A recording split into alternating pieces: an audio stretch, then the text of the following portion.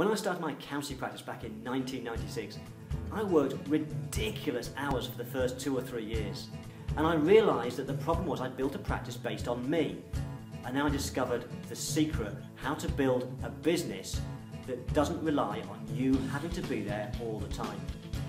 I was fortunate to catch up with Dee Gerrish of ClearVision, and in this video I was able to interview her to find out exactly how she systemises the accountancy practice that she works at ClearVision. But not only that, how ClearVision makes money, additional revenue streams from helping their clients systemise their firms. So let's go and hear from Dee right now.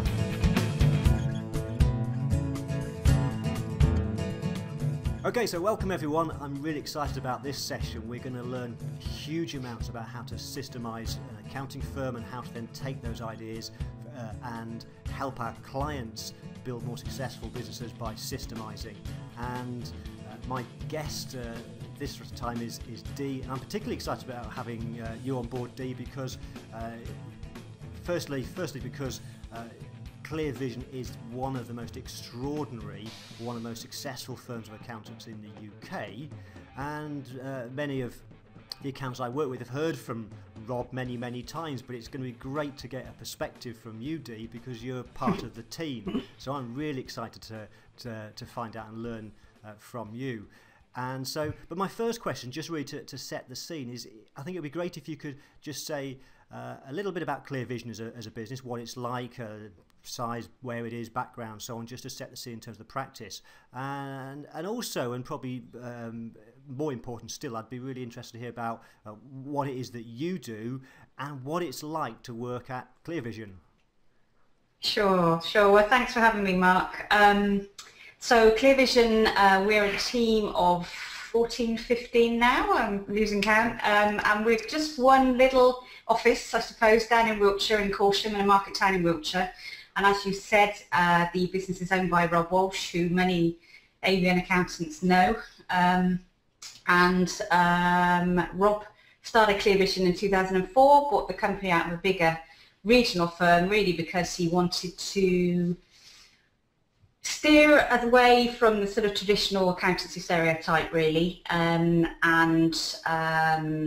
question how typically things are done by accountants, shake up the pricing aspect, and just put it, there's a reason why we're called ClearVision, which is very much what we do, is to regardless of whether someone works with us on the accountancy side or the consultancy side, every client we have is asked about their personal goals, and obviously their business goals, but the idea being you set up your business to serve you personally. So that's really the crux of what ClearVision is about. You need a clear vision. That's why we're called what we're called. Yeah. Okay. So that's it. So the second part of the question then, Dee, was so tell me a bit about what it is that you do at ClearVision, how long what I do. Yeah, sure. And what it's like working at ClearVision. Yeah, of course. I worked with Rob prior to it becoming ClearVision, so I've worked with Rob notwithstanding the change since '96, so a long time. And then Rob was, good enough to ask me to come and work for his new business when he turned it into ClearVision. And I've got a dual role, Mark. I am the ClearVision Group Marketing Manager, so I have an internal role to help with marketing strategy, but primarily to implement it and to roll it out. But very soon after sort of starting working with Rob, even before we were ClearVision, Rob was getting very much into the consultancy side and really felt that the mandate for a accountant should be wider than traditionally, and that people should not, like the ABN strapline says, not only help our clients measure the numbers but change them as well for the good of their business and their lives. So very early on, Rob was involving me in the consultancy side of the business, and one of the sides of that I very quickly got into, primarily because I was helping Rob go through the process within ClearVision, is systemisation. So I was involved in the systemisation of ClearVision and our systems here, and I've been able to establish what we call consultancy modules, actually days and sessions where we go out and talk about systems to our clients as well, and the process of systemisation with them.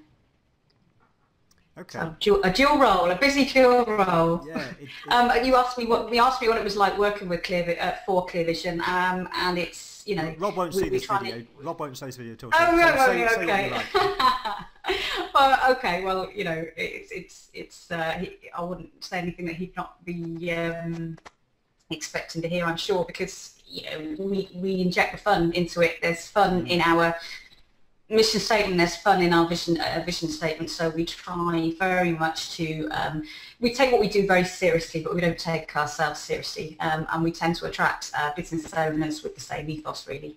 Yeah, yeah, and it's very clear when you go to your offices that certainly fun is a key thing. Do you still have the space hoppers? Yeah. We do still have the space hoppers, we still have the jukebox, and, you know, it's still got the really bad records on it, really. Yeah. we listen to, lots of classic, lots of cheese. Fantastic. One thing you said that was interesting was, obviously you've got this dual role, which is partly the marketing as well, so although that's not the topic of the day, I thought an interesting observation is that there's not many small sole practitioner firms of accountants that take marketing serious enough and actually have someone internal doing it, and I suspect that's certainly one of the ingredients of the success of ClearVision, the fact that you're on board and there's a real focus on marketing and practice growth. Well, I'm sure you're right. I mean, I know certainly that you're right about not having sort of a dedicated marketing person when we, you know, meet other accountants and practices and so on. But I think, you know, all credit to Rob there, that he very quickly realised that, you know, you need to take the business of business seriously in an accountancy practice, and one of those things is the consistent driving of that sales funnel. You know, everybody loses clients for whatever reasons, for very good reasons sometimes, and you need to replace them. And we've got, you know, we're an ambitious company. We're not growing for growth's sake. We're not trying to grow multiple sites or anything like that, but we are trying to find the right caliber of clients all the time, the type of people that are ambitious and do want to really change their business and their lives. So that does take some marketing and some, you know, some consistent attention in that area, really. Yeah, well, you're clearly doing a great job, Dee, because I noticed that you've got a fantastic YouTube channel and all the video testimonials. Making me blush, Mark. Making me blush. Thank you. Okay, so getting back to the idea of systems, in a little while I'll ask you to talk about what it is you do in terms of helping your clients in that area. But I think before that, it would be good to know more. I know you touched on it, but more about kind of how did ClearVision go about systemising the practice? When did that process start? How long has it taken? What have been some of the challenges of systemising, and what have been some of the results of doing that? Yeah, certainly. I mean, I think the key for us was becoming an AVN member back in 2002, 2003, I think we did the masterclass, and obviously I was, 2003, I think, thank goodness. And I actually went on one of the very first masterclass events with Rob, having sort of been there with him at the beginning of ClearVision. And as, you know, I think we had very much the theory that we would need to systemise everything, that we would want to work in a lot of additional service touches and be a little bit special, provide a little bit special customer journey, if you like. That was very much one of Rob's clear goals for ClearVision, part of the vision. And, you know, when we became an AVN member, we came across the System Builder software. So, you know, it was kind of a ding light bulb moment for us, and we had our vehicle for systemising the business. So started off with very good intentions. As soon as we became a member, we were going to systemise everything in a matter of months. And I suppose in the first year or first 18 months, we probably systemised 2, 3, 4 real systems. So, you know, a little bit ambitious there up front to actually get it done that quickly. And I think things ran away with us in the first year of actually being ClearVision. We were kind of, you know, riding that success. We won that year the AVN Firm of the Year. So, you know, from our marketing point of view, for the first time, not the last time, the first time. You know, so we had an awful lot going on that year. That'll be the excuse, I think. But, you know, we had very good intentions to crack on with it very quickly and get it done very quick, you know, done in a short space of time. truth of the matter was, it was about 18 months in until we really realised that it would benefit ourselves to start using the System Builder software, and to really go to town on documenting our systems. Like any business, we had recurring issues which systems can knock out. You know, write a system, train everyone on the system, and the recurring issue disappears. But we really set about, and subsequently did over a matter of a few years, it took us a few years, absolutely systemising everything. And now on each person's desktop, you will find a System Builder icon. And regardless of what they do in the practice, they will find all the systems they need to carry out their role at their fingertips. We have all the tax ones on there, we have all the accounts ones on there, we have all our finance ones on there, we have the background, we have all my marketing ones on there, we even have all our, how we run our consultancy modules, as we call them, how we run our consultancy days on there. Absolutely everything is on there. So, you know, when we reset it as a goal, perhaps in the second or third year of really being ClearVision, we then said, how would we go about it? And we quite simply started to brainstorm what we would need to systemise. And when you do that, you very quickly realise there's an awful lot to think about in accountancy practice. And it, you know, we decided very much that it wouldn't be through one person that this would be done. It would be crazy to do that, and that we would all concentrate on the particular areas of our business. But of course, if you've got a number of people contributing to putting systems or creating these formal systems for you, you need a system for systems, if you like. So one of the first things we did, really, I was crazy as it sounds, one of the first things that we did was establish the protocols, the system for actually putting a system together. The fact that it did involve a proper system name, the fact that, you know, people who would, the role names would need to be, you know, who was accountable for doing it. The fact that it would be very in simple language, step by step, etc., etc. And of course, because we had System Builder, that gave us a huge leg up on how to format systems. So we basically went, you know, used that leg up and used System Build for it.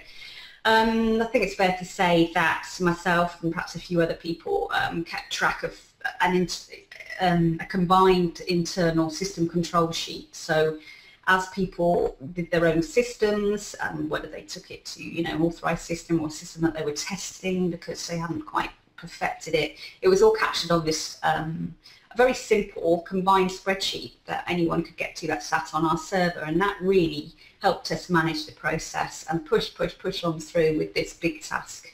You try not to look at the top of the mountain, you do your next systems, and, you know, while you're doing a task you think, you know, I'll write the system as I'm doing it. How would I explain what I'm doing to someone else? And that really is what the different people in the different areas of the business did. And as I say, it took us a few years, but we got there. Okay, wow.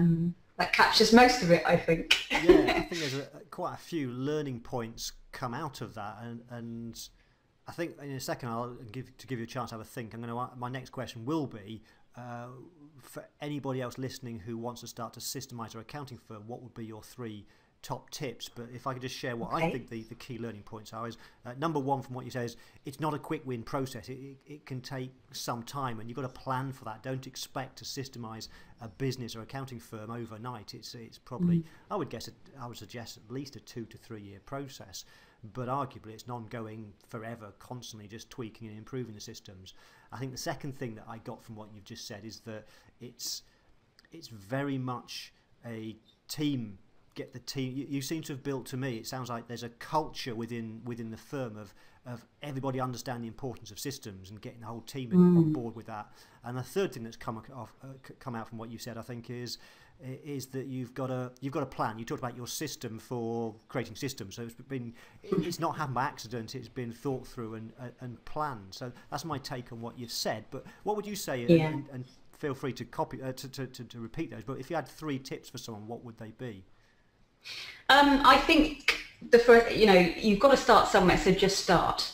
You know, just start. But actually, I think there is some quick wins in that, you know, why not start with the systems where you have recurring problems? So, you know, something crops up, you find yourself as a team talking about the same thing again and again. Well, if you write a system and you record it and you test that system, you're going to be likely to eliminate that problem. So it's not a quick win process, the whole of systems, but as you choose which ones to crack on with, there are some quick wins within that for your business. So I would say, find a place to start and just start it would be definitely one top tip. Okay. But as I say, bear in mind that you can have some quick wins in that process if you look to things that you really need to get right soon. Beyond that, yes, the system for systems is key. Prepare before you get going. So I say to start to get going, but do one thing before. Just decide how you're going to document your systems. System Builder absolutely holds your hand in that if you're going to use that software. And that would probably actually be the third thing I would recommend. If you're an ABN member, you have access to System Builder, so use it. I bang on about systems a lot to my clients all the time, to the point where they laugh at me, but I don't care about that because it's too important not to. And one of the things I say is you don't write a system in stone, you write it in software, and System Builder is the software. So that would probably be the three things, I think, Mark. Yeah. Okay, great. And I suppose another question I think people might want to know the answer to is we've talked about it being it's not a quick process. It's a long-term process, and I think you hinted earlier about the fact that there's so many things that happen in an accounting firm. So for someone wanting to systemise their practice, let's say they've now started, they've got a plan, they've got their team interested. Where would they start? And perhaps from your own experience, where did you start? What was the first system, the first aspect of the firm that you decided to start with systemising, and why did you choose that particular area? Well, I think I'd say two things about that. First of all, we were a new practice. I say we were a new practice. We had a new brand, put it that way. We had become ClearVision. All the clients had actually come with us, so it wasn't a case of building it up from scratch. But one of the clear things we wanted to do was make a very differentiated customer experience, a very special one. So we started with what System Builder terms to be the customer systems. If you look at System Builder, there's certain categories of systems, and one of them is customer facing. Now it seems we'd already sort of sussed out really that it seems a good, they're the ones apparent to your customers. So start on the ones that they see, that they experience. Everything else, in theory, it's like a duck on water. What they can see is very serene, but there's a lot going on underneath the legs going, if you like. It's that sort of analogy. Do the stuff that your clients are apparent to your clients. In actual fact, at that point in time, we were also, I think I went probably by myself, went actually on an ABN course for systems. So our thought process was very much quickly backed up by the courses that you were doing at the time, and I think you probably still do, about how to prioritise what systems to go on with. In that, do the customer-facing systems first, then look at the operational systems behind it, the ones that make those customer systems work. So, if you're sending off a tax return, that's a system that is direct contact with your customer. So, get that one right, get the presentation of it right, what have you, and then make the second one that you look at the actual process for completing that. So that behind the scenes operational system backs up the client-facing systems. Yeah. So in actual fact, your system events are very good for solidifying that thought process and what you should do first. Customer first, operational, and then anything background systems, admin systems that are further away from your clients, make them a bit of a less immediate priority. Yeah. Okay, that's really interesting to hear, and I know from first-hand experience from coming down to your offices a few times that your customer systems are just quite extraordinary. The red carpet and the signs in the car park and everything. It's an amazing experience. And it's very clear that you've put thought into those customer-facing systems. So yeah, we're working on them all the time. I would say as well. They don't stand still. This is what I say about when you put a system in software. The systems are dynamic, so you never stop sort of trying to improve them, and we're looking at ways to do so all the time, really. So yeah, we've changed some things and we've kept some things. So yeah, and I think what happens once you've gone through. The hard bit's getting started and getting a critical mass of the systems in there, but when you then come across a new idea that you learn from somewhere to that you can tweak a system. Actually, building into an existing system is quite. It starts to get easier to build in those little tweaks and those little bells and whistles, those things that really impress people once you've got the core system in place.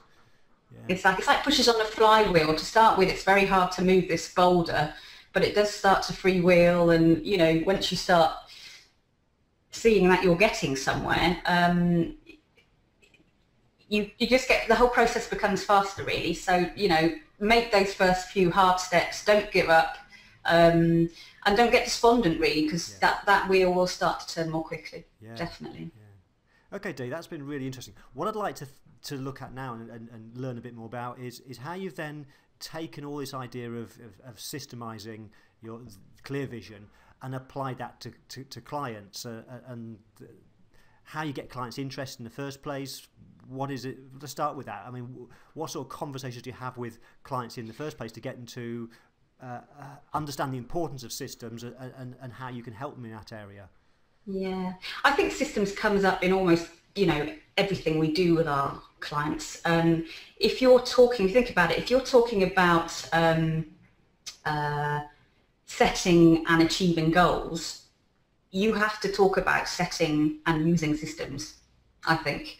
To explain what I'm saying is, we quite often, you know, we look at people's personal goals all the time. As I was saying, we create business visions with people on the consultancy side especially, but also as an integral part of our accountancy work as well. So we're always talking about people's goals. Now, when you are setting goals and talking about how, you know, the work it will take to get from A to B, there's a lot there, and typically, certainly the owner of a smaller business will say, well, how the blooming hell am I going to have time to do all that? Yeah. So you start to talk to them about what they already do and what maybe they don't need to do, and what then maybe if they put a system in place, and it becomes the Gerber message really, Mark. And he talks very much, doesn't he? And we give out the e-myth all the time to reinforce our point with our clients as well. So it becomes, you know, he talks about writing, if you want to jump out your box, a particular, you know, role or a particular task,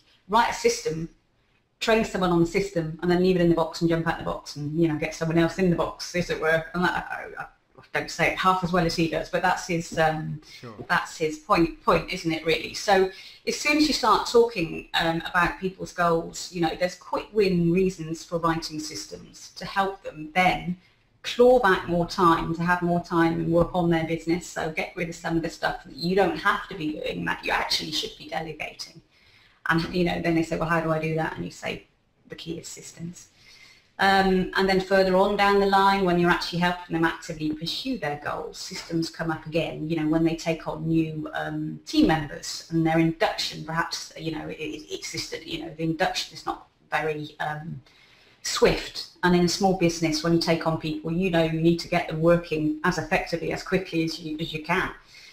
So then, you know, you're back to talking about systems. You're back to talking about, wouldn't it be nice if you could sit down in front of, you know, a screen with them and show them every system that they need to carry out their role, or a systems manual. You know, we're going to talk about system builder because, of course, you can bring it up, and, you know, once someone joins our team, everything they need is at their fingertips. So, and then obviously when you're talking about longer term goals with your clients as well, so you're talking about their exit route, their retirement, you know, when they want to exit, what money they need to exit with.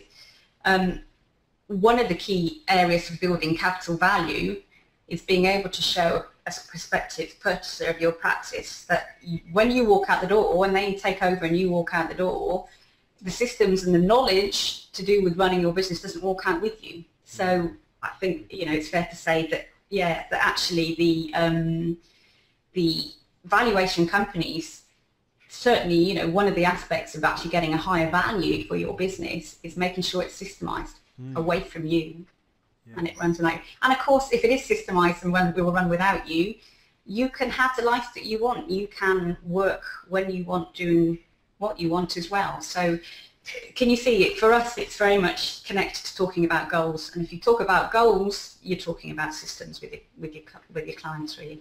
Yeah, that's a great point. And I think one of the things that comes across loud and clear to me from what you're saying is that it seems like systems, the whole systems message is at the heart of so many conversations with your clients?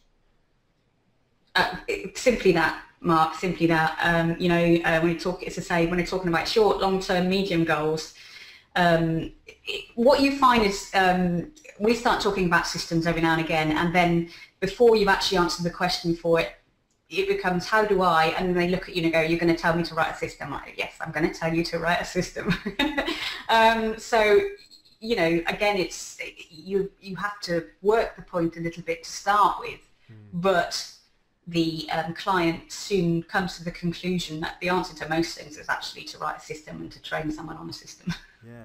So and you know, when they're trying to create, like we do, you know, we work with clients who want to create special experiences as well. So we can very much share our experience of you know, working in the service touches that we have by way of consistent systems, and making sure that they happen, you know, by having those systems in place. So, you know, when you work with people that share your own values, they need to go down the same path as you anyway.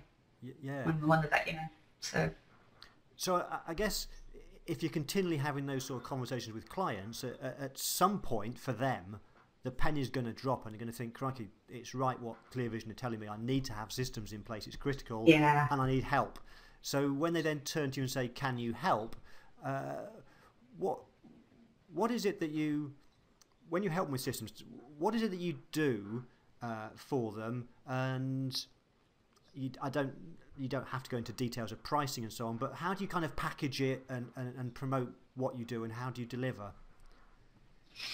Sure. Well, as I say, we will, you know, we talk about, they ask us how we did it ourselves, you know, and I think when you speak from the heart and from experience, it's very easy to do, but it's also very genuine, and they can see it's very genuine. So we talk about our own experience, and we talk about System Builder.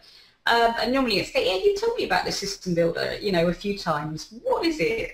You know, and then we don't try and push it, hard sell anything. You know, this is the conclusion that the client is coming to. So then we can, you know, get out our back pocket the System Builder demo.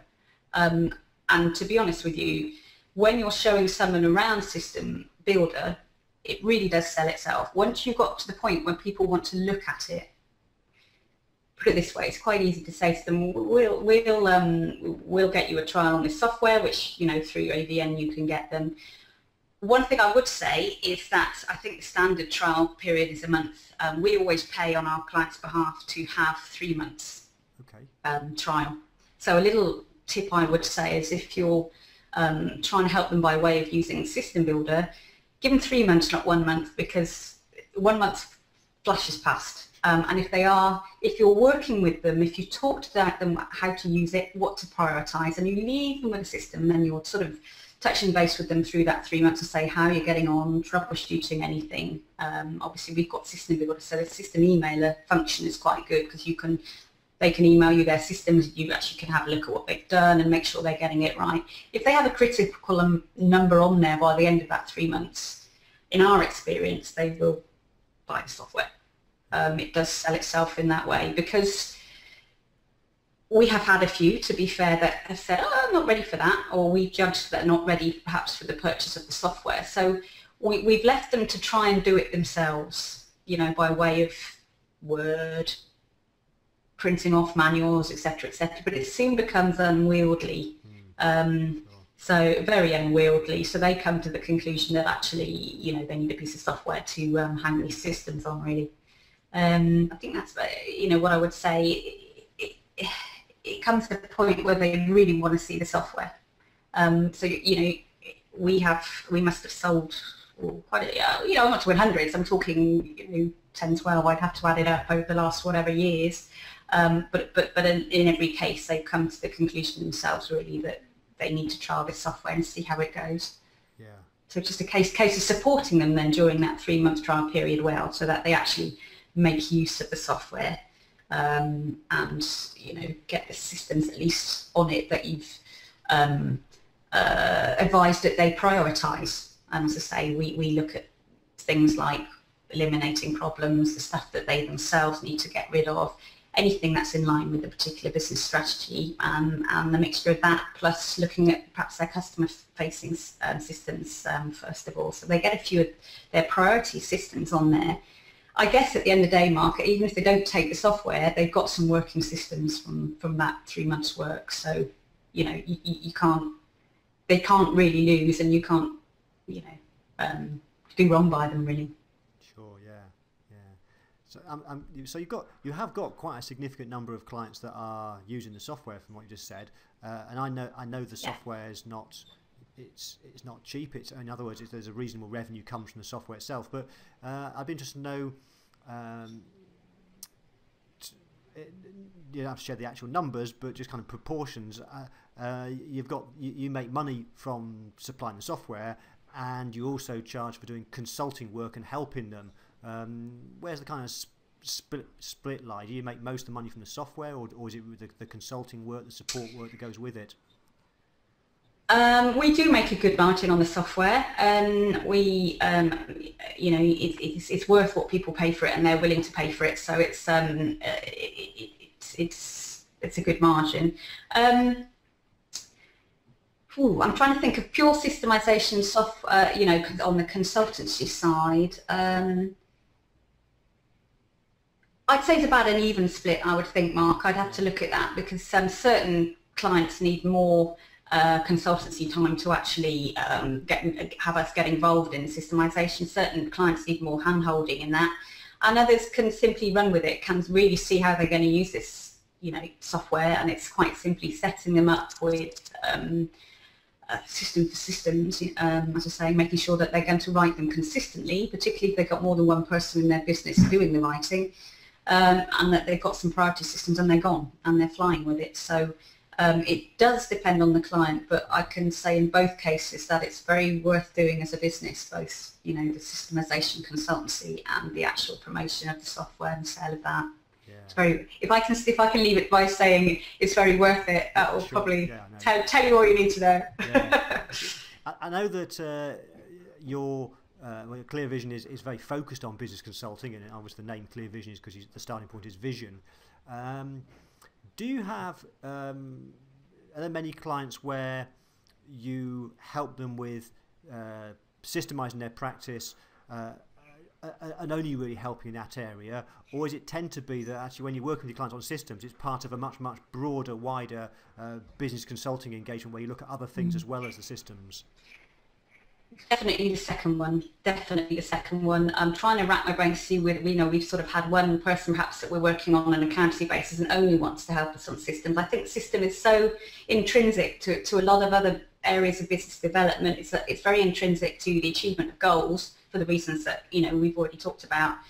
So I'd say definitely the second one. It tends to lead, you know, and it itself can lead on to other cross-sale opportunities, or it comes from, you know, just simply caring, you know, if the bottom line of what you do is helping people, which it is for most ABN firms, let's face it, which is helping people achieve their goals. And, you know, I think your strapline, isn't it, it's the most enjoyable to run in the world, UK businesses. Exactly. Yeah, most successful, most enjoyable to run. Yeah. Yep. Yeah, well, doesn't it, you know, if you're doing it for yourself and helping your customers, then surely if you've bought into that, then that's what effectively you're doing by helping them systemize. Sure, yeah. I guess I think of it as the systems being the heart of a business, or the engine of a business, and they're critical to have, but you've still got to have around that, you've got to have the vision, you've got to have the strategy, you've got to have a great team, great customer service. So when you're working with a client, yes, you've got to help them with the systems, but there's no point in working on systems if they haven't got a clue what their vision is, if they don't know anything about customer service and managing a team of people. So I can understand it makes sense that helping systemize is part of the bigger picture of consulting work. You've got a reason to put what you put in your systems, haven't you? That's what it comes down to. Otherwise, you know, what are they? You know, they're a way of achieving a purpose. So you have to have that purpose first. Yeah, definitely. Yeah, brilliant. Okay, well, I think we've probably about come close to the end of our our time together. But perhaps one last question is, I asked the question earlier when we looked at systemising ClearVision, what would be your 3 tips? So if we're now looking at going at this area now of helping our clients to build more valuable, more systemised businesses, what would your top 3 tips be to an accountant listening? Oh goodness, okay. The first and foremost one is be unashamed about bashing on about systems. You know, use the word, because for the reasons I was saying, you know, first of all, they're saying why are they talking about systems so much, but over time, and it won't take them too long for that penny to drop and they start going, actually, systems are the answer to an awful lot. So start talking about systems. If you're talking about, as I said earlier, if you're talking about the, you know, achieving goals, then you're talking about writing systems and using systems, as it were. So that would be the first thing. And then, you know, if you've gone through the process yourself, just have a critical analysis on it. What went right, what went wrong? Can we learn and put together the knowledge that we have from going through the process ourselves and translate that into helping our clients? Because you find it can, very much so, and you've quickly gone a little systems day and so on. I mean, maybe you can, you know, bring together a few people, leverage your time and do a systems event. You know, there's no reason why you can't do that. And then it's just cases of looking at those clients who are the biggest potential for you to talk to systemisation about. But also,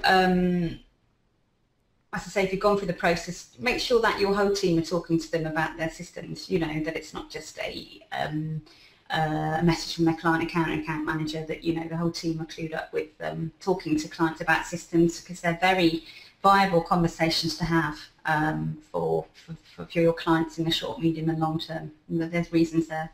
So is that 3? I think that's 3. Yeah, that was brilliant. That was, thank you for that. It's been truly inspiring. You're welcome. Yeah, really enjoyed it. Oh, bless you. Thank you. Yeah, so thank you, and I'm sure we'll speak again soon. So, you're welcome, Mark. Thank you ever so much. Okay. See you soon. Bye.